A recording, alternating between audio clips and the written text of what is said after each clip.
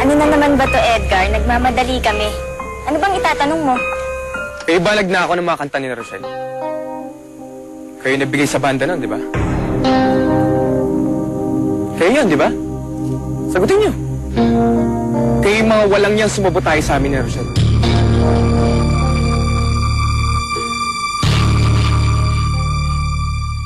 Miguel!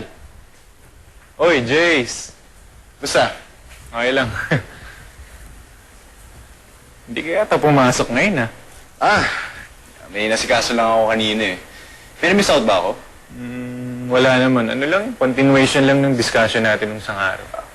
Paano? Una na ako, Kailangan pa kasi ako sa bahay. Ingat ka, ha? Miguel, sandali.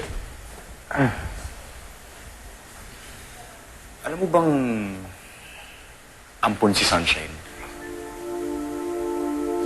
Si Sunshine, ampon? Teka, wala naman siya nababanggit sa akin tungkol dun, eh. Kanino mo naman nalaman? Ano? Hindi kayo makasagot, no? Kasi nga, kayo yung gumawa nun.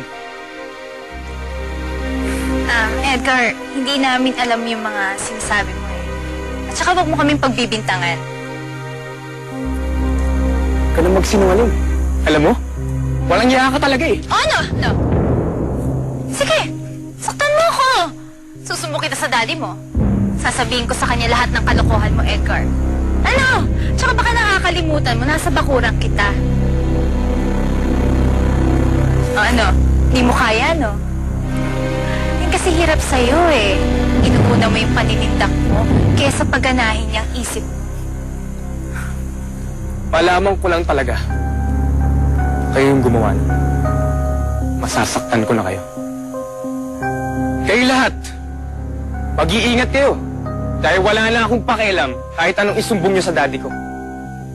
Dahil sa oras na malaman ko, kayo nga gumawa nun.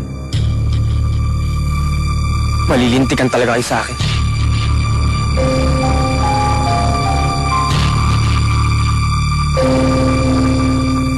Bulaklak. Ibig mo sabihin, may ibang dumadalaw sa puntod ni Inay? Oo, Mia. Kasi bukod dun sa bulaklak na dinala ko nung isang araw, may iba pa akong bulaklak na nakita. Si Itay yun, o di kaya si Ninang. Si Itay, dadalaw, tapos may dala pang bulaklak. Oh, malabo yun. Lalo na ngayon may bago na siyang asawa. Kinalimutan na nun si Inay. Baka si Ninang. Nasa probinsya si Ninang eh. Imposibleng mangyari yun. Kung hindi si Itay, hindi rin si Ninang, sino dadalaw sa puntod ni Inay?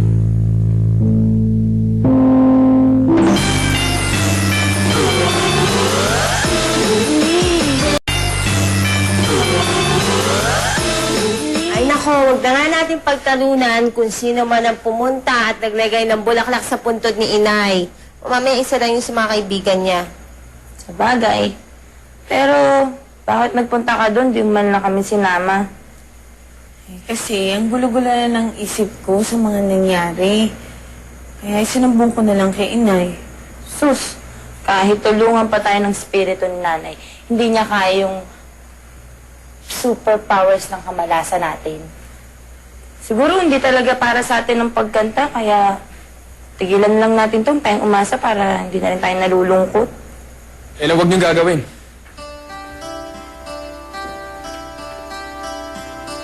God? Huwag kayong mawawala ng pag-asa. Dahil paano pa tayo lalaban kung mag-give up na kayo? Sabi mo, ayaw mo na kaming makita. Nung una, oo.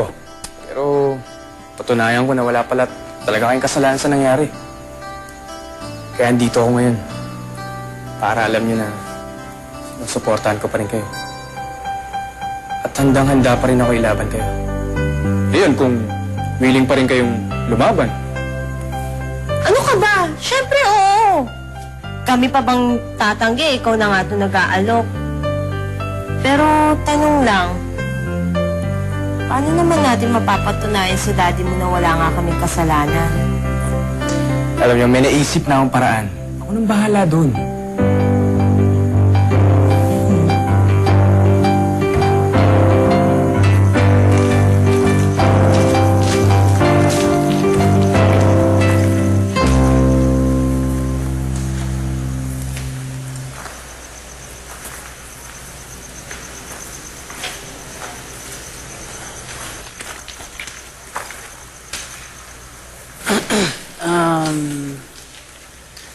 Danica, galing kasi ako dun sa inyo wala ka pa daw. So, naisip ko, abangan na lang kita dito dahil sigurado naman akong babalik eh. Bakit? Kala ko ba galit ka sa akin? Ay naku, huwag ka nang umarte dyan. Kunwari ka pa eh.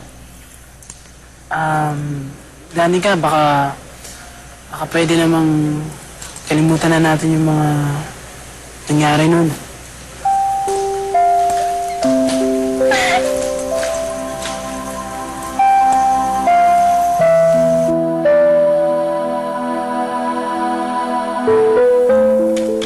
O Sam, make sure na matanggap ito ni Mr. De Vera, ha? Bago matapos ang office hours. Sige po, sir. Okay, thank you. Okay, sir. Dad, Oh, iyo, ba't nandito ka? Ba't kasama mo yung mga yan? Di ba sinabi ko sa'yo, ayoko munang makita ang mga pagmumukha nila? Dad, kaya ko na lang po sila sinama para patunayan sa inyo wala silang kasalanan sa nangyari. May testigo na rin po ako na makakapagpatunay na inosente si na Rochelle. Testigo? Sino mga testigo ito? Yung mismong banda na nagbigay sa inyo ng pitch tape, Dad. Sila po ang testigo ko na makakapagpatunay na inosente si na Rochelle.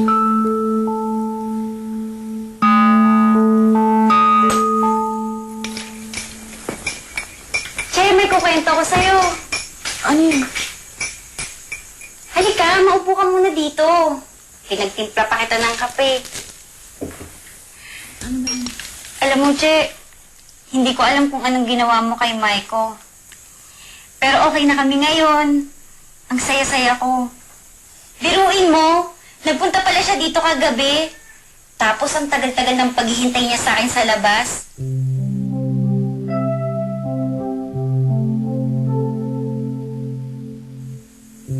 Che, salamat ha. Ang saya-saya ko kasi okay na kami ngayon. Hindi ka naman dapat magpasalamat eh. Ginawa ko lang yung tama. At least, masaya ka na. Masaya na rin siya. Basta, salamat ulit ha. The best ka talaga, Che.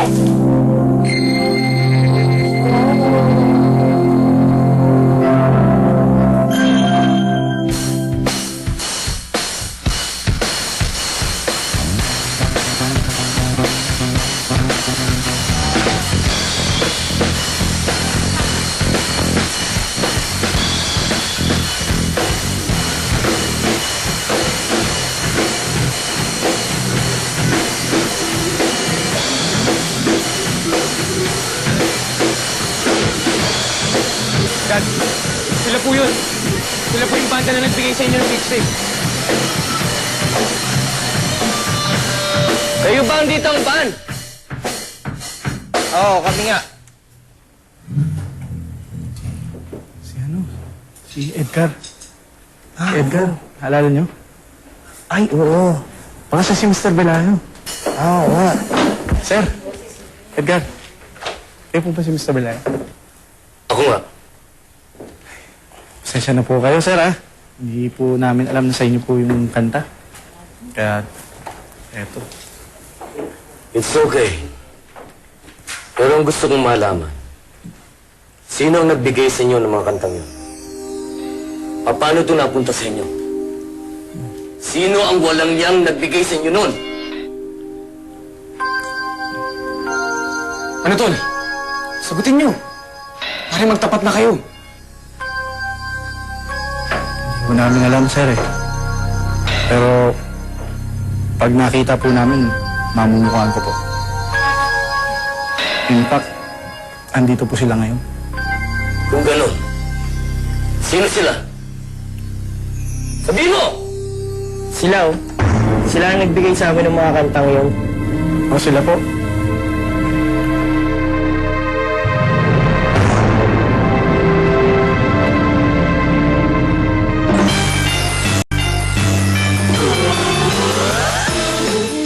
Anong kami? Bakit niyo kami pinagbibintangan? Eh, ngayon nga lang namin kayo nakita eh. Sinungaling kayo ah. Sinungaling kayo? Walang nga kayo! Magsapakan na lang tayo, ano? Bakit dinigilin niyo kami, ha? Ito ba ang sinasabi ninyo? At paninindigan nito? Dad, huwag kayong maniwala sa kanila. Iba po sinabi nila nagkausap kami. Sabi nila, organita at pupira po yung mga babae na bigay sa kanila ng kanta. Kaya hindi po sina Rosel yun. At imposibleng sina Rosel po yun. Oo nga. Maiitim kaya kami. Totoo, magaganda kami. Pero, maiitim kaya kami. Halata ba? Pero, sensya na. Hindi po kami normal nung nagkausap kami ng anak niyo. Pero, sigurado po ako, sila yun. Yaka, sinungaling ka! Tama na yan ka! Tumigil ka! Ayos ka! Sige! Pero Dad, posible po yung sinasabi nila eh. Halatang-halata nagsisinungaling sila dahil pabago-bago yung sinasabi nila. Sinabi ko nang tumigil ka na eh! So disappointed at you, Edgar. At sa inyong tatlo.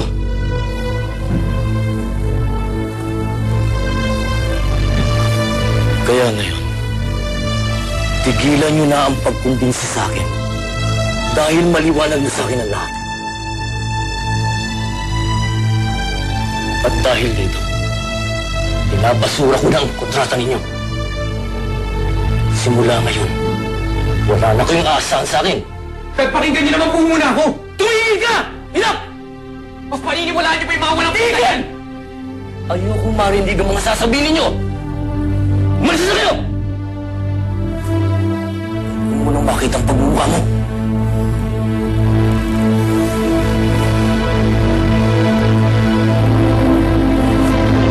At kayo! Ano hinihintay nyo? Umalis na kayo!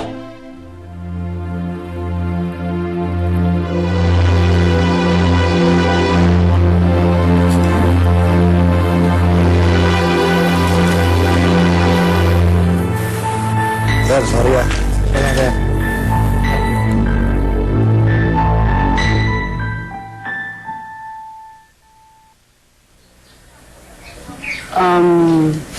Sandali lang, excuse lang, ha?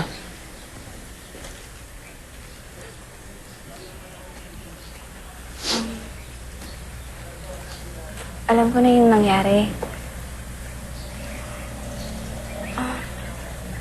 Tumuntuwa yung kapatid ko. Salamat kasi... Salamat kasi ginawa mo yun para sa kanya. Hindi ko ginawa yun para sa kanya.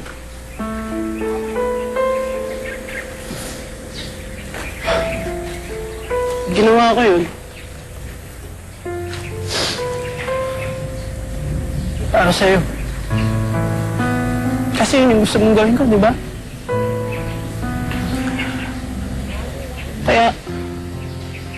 Kaya kahit hirap na hirap ako, okay lang. Ginawa ko pa rin.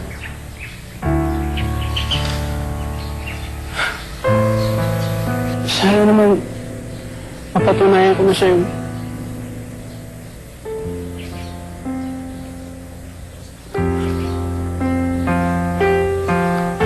Mahal na mahal kita.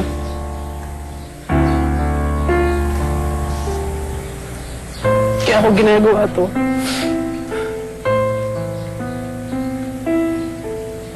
Para sa'yo.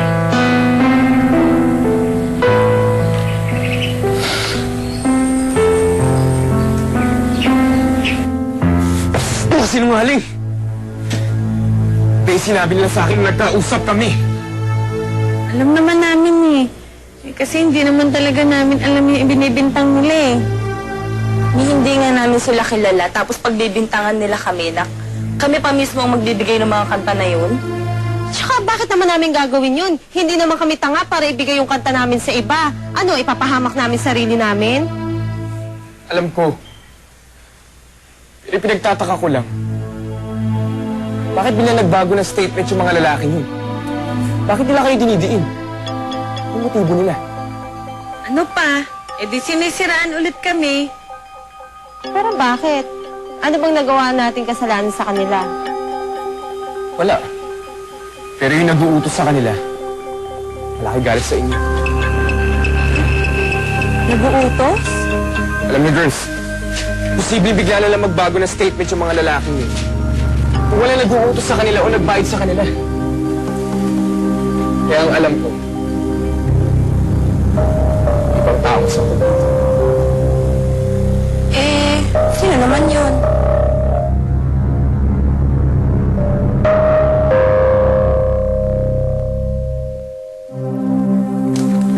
Kompleto ba to? Hindi ko na bibilangin to. May tiwala naman ako sa'yo. Hindi, bilangin mo.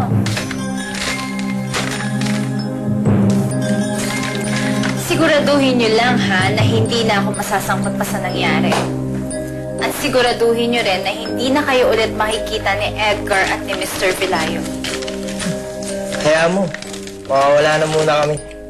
Good. Buti na may pera ka.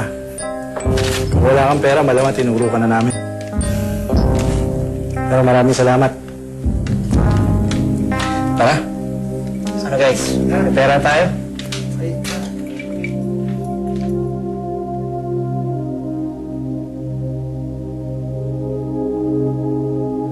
Mabuti na lang talaga at mukha kayong pera.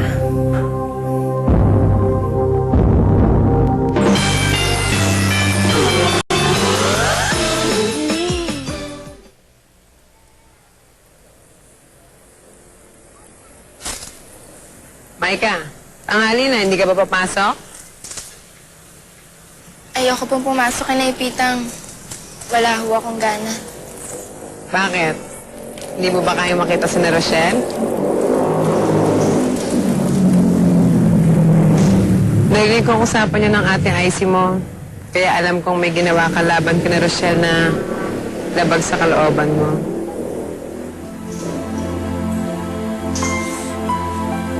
Pinilit lang ho ako ng ate ko eh. Wala ho akong magawa. Kaya kahit ayoko, napilitan pa rin po ako. Naiintindihan kita, Maika. Pero sino ba nahihirapan sa nangyayari? Hindi ba ikaw din? Alam mo namang mali, ginawa mo pa rin. Yan ay Pitang, wala po akong choice. Nasusumbong po ako ng ate ko kay Mami.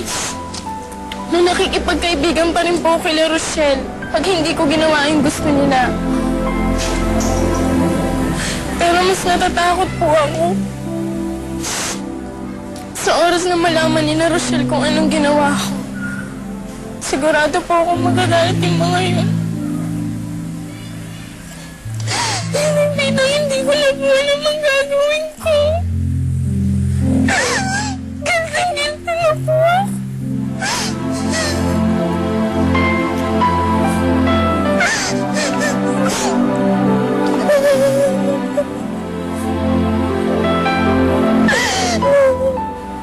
Wala na.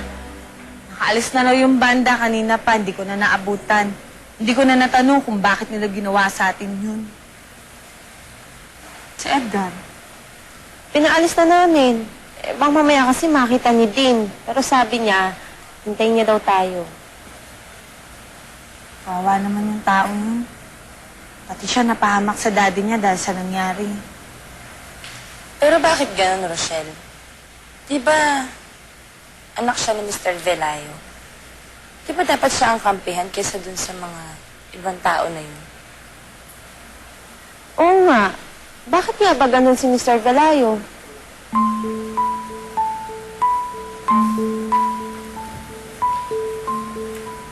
Alam ko nagsisinungaling sila.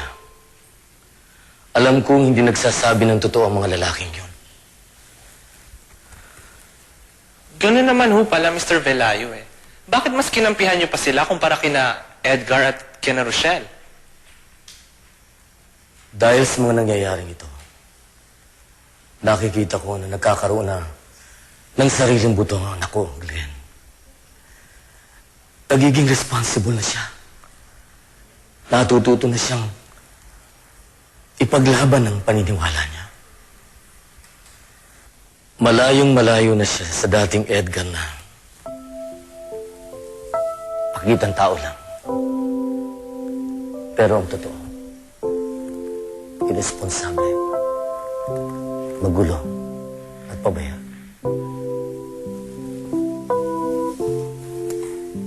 Nagbabago na ang anak ko, Glenn. Natutuwa ako.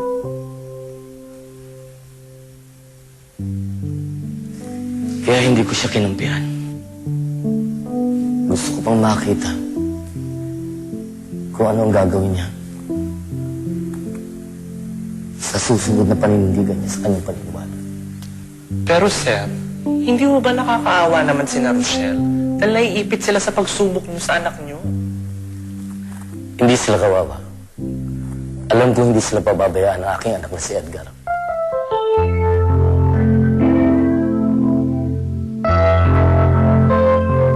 Edgar, alam ko, ito na yung huling pagkikita natin kasi wala nang chance na magkatrabaho pa tayo. Kaya, gusto ko ulit magpasalamat sa iyo sa lahat ng mga ginawa mo sa amin. Oo nga, nakaka-touch ka. Hindi ko akalain na sa huli kami pa rin nakakampihan mo. Salamat, ah. Alam nyo, hindi naman kayo dapat magpasalamat sa akin. Hindi pa tayo tapos. Kahit binitawan na kayo ni Daddy, hindi ako bibitiw sa inyo. Ano ibig mong sabihin? Hindi ko nga alam kung anong ginawa niyo sa akin. Napaamon niyo ako ng ganito eh. Siguro, tama nga sila, Jabu. Ginayuman niyo ako, no? Hoy, hindi kami mangkukulam, ha? Alam niyo naman, joke lang yun. Ang point ko lang, kahit ayaw na ni Daddy, hindi ako magigip up sa inyo. Gagamitin pa rin natin yung kantang yun. Total, hindi naman napakinabangan ng mga sinungaling na bandang yun, di ba? Kaya itutuloy pa rin natin ang recording kahit ako na ang gumastos. Ha? Gagawin mo yan para sa amin? Alam niyo, tulad nga nung sinabi ko, hindi ako mag-give-up. Baka naman kayo mag-give-up. Walang i-give up sa amin. Yun naman pala eh. Bubulatin na lang natin sila. Dahil tuloy pa rin ang plano natin. Tuloy natin na recording kahit wala nang backup. Iba ka talaga, Edgar. Pakis niya, pakis.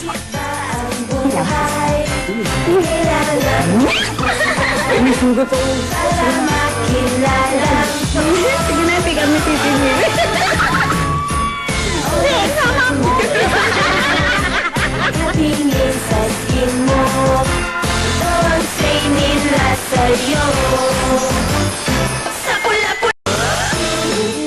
Mag-i-invest ako ng malaking halaga para sa promotion ng album ninyong lalabas. May mga TV appearances na kayo naka-schedule, radio tours, at gagawa tayo ng mga music video. Ang gusto ko lang mangyari yung kooperasyon nyo, ha? Full cooperation, ha? Ay naku, Mr. Velayo, wala po kayong magiging problema sa amin. Handa po kaming magbigay ng effort para lang siguro namin nakakagatin ng tao yung album namin. Saka, gusto po talaga namin maging #1. Kaya, ito, todo-todo ng effort namin. Congratulations! Tapos na ang recording. Nagaling niyo talaga, girls. You did it! Kumusta? Napagod ba kayo? Sobra. Pero, sulit na sulit naman kasi talagang ang saya-saya namin. Oo nga. Ganito pala yung pakiramdam pag nagawa mo na yung gusto mo. Para ako lumulutang sa hangin eh. So wag muna kayong matawa dahil nagsisimula pa lang kayo sa tunay na trabaho niyo. Edgar, kailan ba ilalabas yung album namin? In 1 month.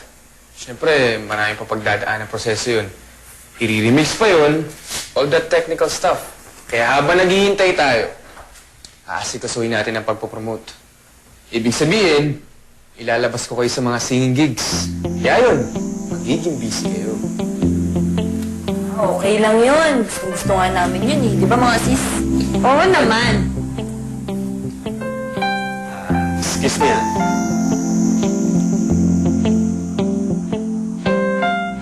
Ang attitude yan, ha? So, sana nga, maging #1 kayo.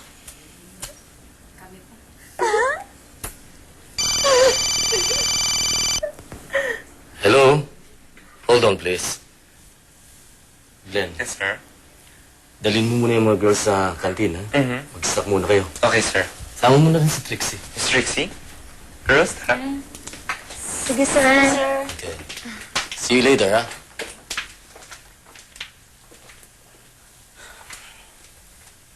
Yes? Hello, sir. I-re-report ko lang ho sa inyo na tapos na ang recording ng mga alaga ng anak nyo. Ganun ba? Tinuloy din pala ni Edgar ang plano niya. Yes, sir. Walang problema. Ang gusto ko lang tawagan mo ko kung may mga plano o hakbang si Edgar at si Rochelle, ha? At siguraduhin mo na hindi nila malalaman na nagkakausap tayo. Yes, sir.